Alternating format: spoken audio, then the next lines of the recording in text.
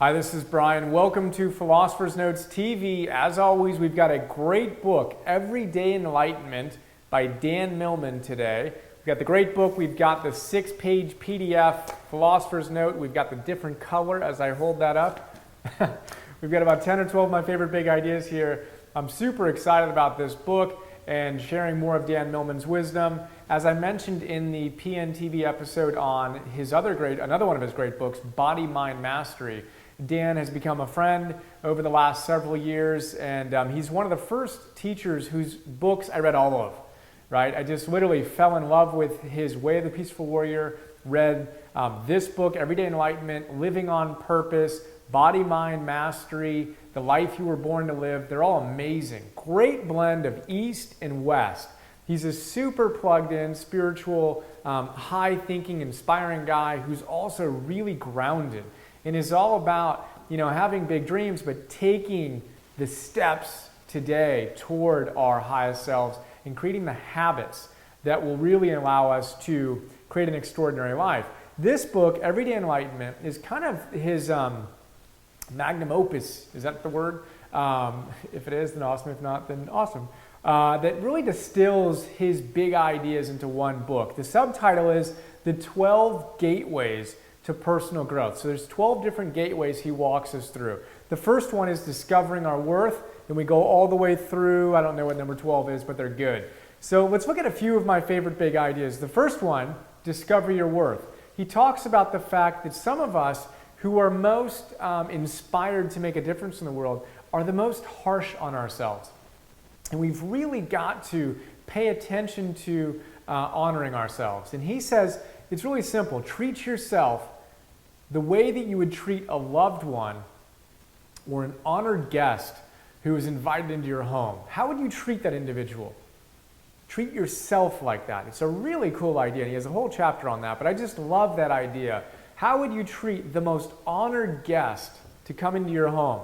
Well, treat yourself that way and check the language you're using and see if you'd say the same things to the Dalai Lama or Bono or whoever your favorite guest is that would come over, Obama, whoever. How would you treat them? Treat yourself that way. That's one way to deepen our sense of worth. Really cool. So as I mentioned, Dan's all about creating positive habits. He's got some great ideas on how important it is to create positive habits and to stop doing the things that don't serve you. And he says one of the ways that he's succeeded is he makes his good habits as easy to do as possible and his bad habits as hard to do as possible. So for example, if you're trying to quit smoking, he says, look, just put your one pack of cigarettes that you have into a safe or something, a suitcase, and then go stuff it in your garage or in your closet in the very back so that anytime you want to smoke, you've got to go through all the trouble of getting to that one pack of cigarettes. And by the time you get there, you realize, hopefully, that it's not a habit you want to keep on doing. So that's pretty cool. And then he had an idea here too where if he wanted to stop eating late night snacks, what he did was he brought his toothbrush and his floss downstairs into the bathroom near the kitchen and dining room. After he ate, he'd go floss and brush his teeth immediately because he didn't want to have to do that again if he munched later in the night. So the idea here is finding ways to make the habits we want to build really easy and finding ways to make the habits we want to get rid of really hard to keep on doing. So think about that. What's one thing you want to make a positive habit in your life? And how can you make that part of your life? And you might want to press pause and think about that and write it down right now. What's the one thing that you could do that would have the most positive benefit in your life, right? The habit, if you did it consistently, would just rock. And then what can you do to make it easier for you to crush that habit, right? And then how do you get rid of? What's the one thing you need to stop doing? Just a bad habit. And when you've identified that, what can you do to make it harder to keep on doing that? Really big idea. So there you go. Habits. He's also got a great line in here. He says, Saint Nike was right. Just do it. This idea of whatever we're thinking about or dreaming about, just do it. I think it was Emerson who said, tell the world what you're going to do, but first show it. right? Just show us what you're going to do. No more, you can still talk or do whatever you want, but match your vision and your big dreams with action. Really good idea.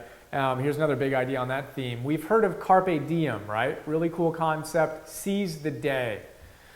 What movie was that? I don't know, but it was great. Seize the day, right? Well, Dan says that's awesome, but you know what? You can't seize a day. What you can seize is this moment, and the next moment, and the next moment, because all life is a series of moments, right? The power of now and all that stuff is moment to moment to moment to moment to moment opportunities for us to fully express ourselves or to do what we want to do, to seize the moment. So rather than carpe diem, Dan suggests we carpe punctum. Isn't that cool? Carpe punctum, which apparently means seize the moment. I actually love the word punctum so much, I made it a password of mine for quite a while. Shh. I think I've changed most of them. So there we go. Carpe punctum. Isn't that cool? Seize the moment. I'm actually going to jump because he has a great idea here when we talk about moments. Dan says that there are no enlightened beings. No one is just simply an enlightened being. And I love this approach. He says we have more or less enlightened moments, right? So some people like to say, hey, I'm enlightened. Yeah, okay, whatever. I like, you're either acting enlightened in this moment or not. And those of us who are more enlightened than others tend to have more of those moments in which we're acting and you're acting enlightened, right? But the trick is we have the opportunity moment to moment to moment to moment to moment. And we all have neurotic moments and enlightened moments. And what we want to do is start creating more and more of those enlightened moments. How do we do it? Carpe punctum. Seize the moment. Create habits that allow us to be more connected to source more consistently. Really cool idea. So there you go. Carpe punctum, and there are no enlightened beings, only enlightened moments. He has a great chapter on fear and courage and dealing with our fear. And he says that daredevils are scared too. It's silly to think that we're going to get rid of our fear completely. Not going to happen. We're going to increase our comfort zone as we stretch ourselves and grow, sure. But fear is never going to go completely away. So he suggests, as all these authors do, for us to have a more healthy relationship with fear. And one of the ways to do that, for me, is to realize that we've all got fear. So many of these great people who we admire have nerves, have tension, throw up before their great performances. But most of us aren't willing to go that far, right? So we don't even show up the first time. But we want to engage and embrace the idea that even the daredevils are freaked out. So really, really cool idea. So if you're feeling some fear, breathe into it. We're going to talk about fear a lot more throughout these episodes. And when I start doing episodes just on big ideas, we'll talk about it in depth. So back to this. We've got pain and suffering. Dan says that pain is a relatively objective thing, right? If I burn my finger or I cut my hand or whatever, I'm going to have pain. That's an objective thing. Suffering, however, is a very different thing. Suffering is subjective, right? The Dalai Lama says that pain is inevitable, suffering is optional. Dan says the same thing here in the book and in the note. We talk about it. But the idea is there's an event. Something happens. But it's our response to that event. And I repeat this again and again and again. It's our response to that event that either creates joy or it creates suffering. The event is neutral. It's empty of meaning, right? How we respond to it is going to determine whether we suffer or whether we learn and grow and actually experience joy in the process of growth and unfoldment. That's really big. We don't even have time to get into emotional meteorology here, but it's a great book note. We're going to talk about it more with constructive living. But the idea here is that emotions are kind of like clouds that pass by. Sometimes it rains, sometimes it's thunderstorms, sometimes it's bright skies. Our emotions are a lot like the weather patterns. We don't have great control over them. But what Dan suggests is we do have control over our behaviors, and we can change those behaviors, which will directly affect our emotions. Really cool idea.